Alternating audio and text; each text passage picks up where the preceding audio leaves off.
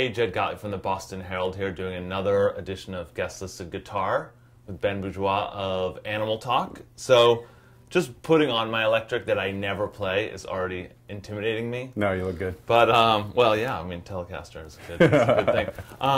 One of the things I really like about what you do is it's like funky and deep. You know, you're playing like pop music, but it has like really good stuff. And every time I try and play rhythm, like I'm doing like bar chords, you know, like this always.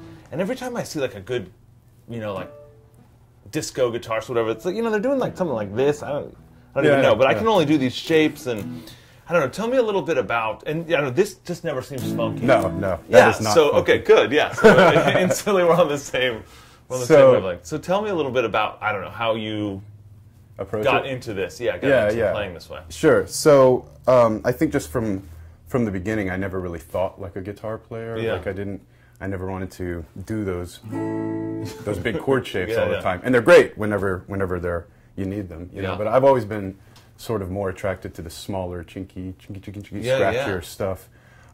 So all of those chords that those guys do, though, are derived from like the funky sort of disco guys. Yeah. They're all derived from that chord, you know. So you're not far off. You know? So you know, we were just talking about a chord to do, this little A minor triad right here. You know, really, this is based off of this giant A minor bar chord that you know. But you know, when you start adding a lot of syncopation and a lot of rhythm to it, you get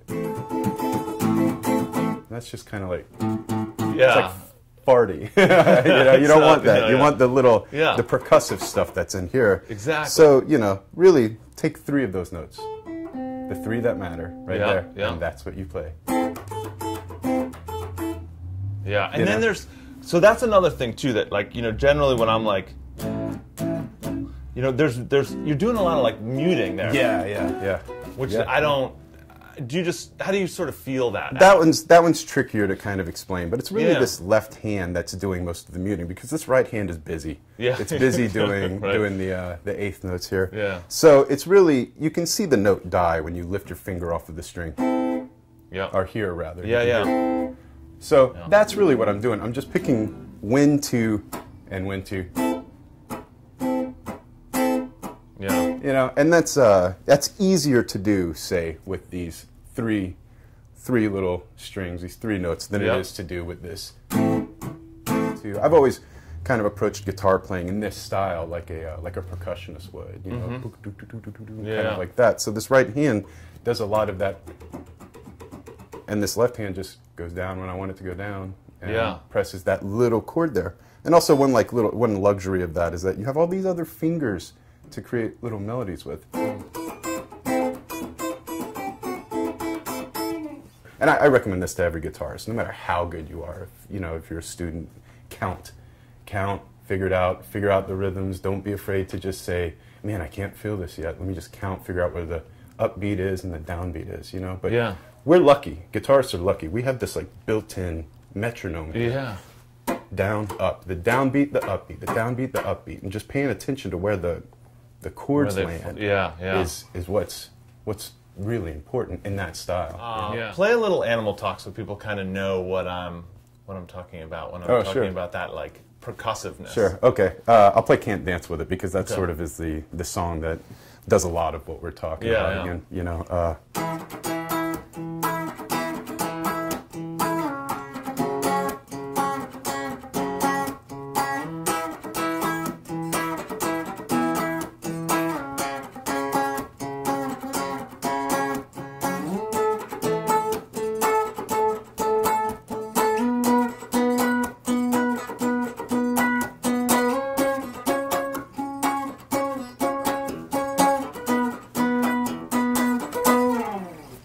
Yeah, see that I didn't know how it would work without sort of the whole thing behind it, but you can still hear it in there. And that's another one of those things where you're not playing octaves. You're not playing. You're playing. Yeah. So what do you do? Like, how do you do that? What are you doing? So you know, we've got an octave. Yeah. E and an E. Now this hand, it's very I want you back, right? Like Jackson 5 to do that octave thing. Yeah. So this takes a little bit of time, but getting all of these other strings muted while you're playing only 2 notes, and they're fairly far apart here. It's not like doing a power chord where you just play those strings, but this one you kind of have to mute everything. So getting this finger to lay flat over all of these strings is sort of the tricky part here, and it's all about thumb placement and how you're comfortable. So everybody's going to do this a different way, but so you get that percussive sound from, like I said earlier, muting, you know, and only those certain notes ring out. Just right hand, left hand, nothing but muted.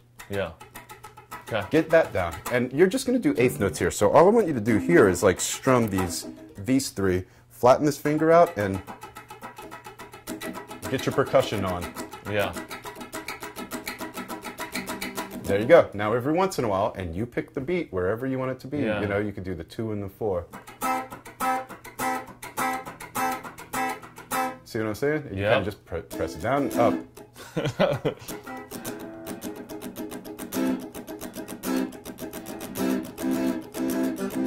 Nice. That worked. Awesome. Well, thanks so much for coming in and talking a little bit. Play us out with a little animal talk. A little animal talk. Funkiness. All right. So I know you like "Mama Was a Teenage Rocker." Oh, I love that one. Right. And this is another one of my one-note little things that you might actually like doing. There's not much going on in this song, but I get to do. Yes.